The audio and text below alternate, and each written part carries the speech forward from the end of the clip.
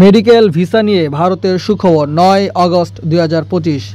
Viewers, IVAC ওয়েবসাইটে তাদের একটি নিউজ প্রকাশিত করা হয় এবং সাথে সাথে বাংলা ভিশন চ্যানেল থেকে একটি নিউজ প্রকাশিত করা হয়েছে। আমি আপনাদেরকে একটু দেখানোর চেষ্টা করি তারা এখানে কি উল্লেখ করেছেন।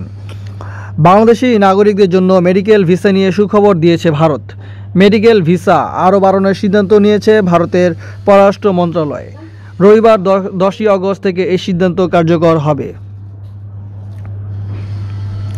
জানা গেছে, পর্যটন ও চিকিৎসা ও ব্যবসায়িক কাজে প্রতি বছর প্রায় 36 লাখ বাংলাদেশি ভারত ভ্রমণ করতেন। তবে 2024 সালের 5 আগস্টের পর ভিসা নীতির জটিলতায় এই বছর ধরে বাংলাদেশি পর্যটক ও শিক্ষার্থীর সংখ্যা উল্লেখযোগ্যভাবে কমে যায়। এতে ভারতীয় ব্যবসায়ীরা বড় বড় ধরনের ক্ষতির মুখে পড়েন। অনেক জীবিকার উৎস হারিয়ে পেশা পরিবর্তন করতে বাধ্য হন। এছাড়া ভারতের কলকাতার প্রাণকেন্দ্র নিউ মার্কেট, রাজধানী শহর দিল্লি, দক্ষিণ ভারতের চেন্নাই, হায়দ্রাবাদ ও ব্যাঙ্গালোর শহরেও বড় বড় হাসপাতালগুলোতে ভঙ্গুর হয়ে পড়ে বাংলাদেশ নির্ভর ব্যবসা ও অর্থনীতি। একই সঙ্গে ক্ষতির মুখে পড়ে দেশটির হাসপাতাল, হোটেল, পরিবহন ও খুচরা ব্যবসায়িক খাত।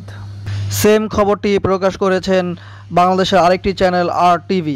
তো ভিউয়ার্স, যারা একটু আগে আমার ভিডিওতে কমেন্টস করতেছিলেন, বলতেছিলেন আমি নাকি আন্দাজি কথা বলি, তাদের জন্য এই ভিডিওটি করা। আমি এই ভিডিওটি কালকে আপলোড দিতাম, শুধুমাত্র সেই ব্যক্তিদের জন্য আজকে এই ভিডিওটি শুধুমাত্র আপলোড করা, যে যারা বলতেছিলেন যে মেডিকেল ভিসা স্লট বাড়াচ্ছে না, এন্ট্রি ভিসা, ডাবল এন্ট্রি ভিসার স্লট বাড়াচ্ছে না, তাদের জন্য এই ভিডিওটি করা। যে মেডিকেল ভিসার সাথে সাথে কিন্তু entry visa, double entry visa, business visa, সকল ভিসার স্লট আস্তে আস্তে বাড়বে এবং সেই সাথে ট্যুরিস্ট ভিসার জন্য আমরা ওয়েট করতে পারি। হয়তো সামনে খুব শীঘ্রই ট্যুরিস্ট ভিসার স্লটও আমাদের জন্য আবার শুরু হয়ে যাবে। আগের মতো আবার সবাই একসাথে ঘুরতে যাব, সেই দার্জিলিং, সিকিম সব একসাথে আবার ঘোরা হবে।